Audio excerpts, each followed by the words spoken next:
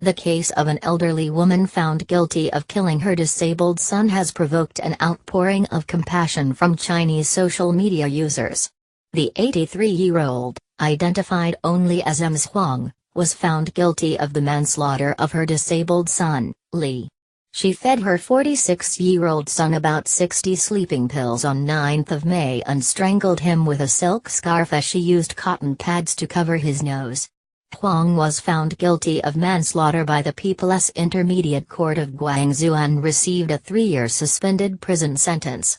She said she took her son's life because she feared no one would care for him after she died.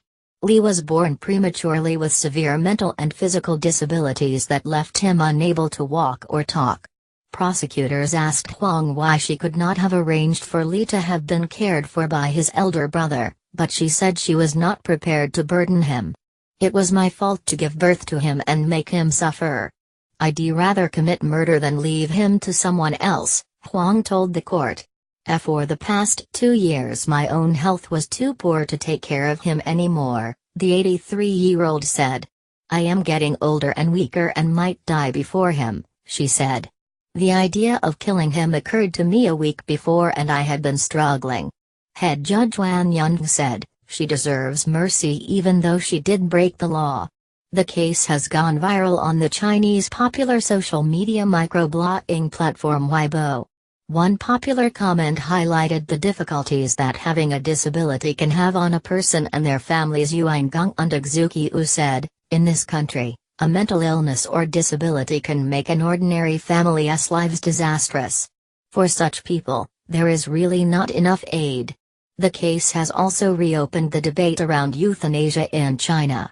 One Sina Weibo user said, "This happened because euthanasia has not been legalized." Some users disagreed with this statement, saying that this has nothing to do with euthanasia, but with current social welfare issues. According to the China Disabled Persons Federation, there are 2.7 million people with disabilities in the world's most populous country. However, there are only 6,740 registered disabled care support services, which can only provide some total care for about 204,000 people with any type of disability. This means that the burden of care for disabled people in China often falls upon family members of people with disabilities. As one Weibo user put it, "The problem lies in social welfare and the social security system is far from perfect." Some users expressed their sorrow for the defendant. Some saw the incident as inexplicably sad, while one commenter said they felt drowned in sorrow.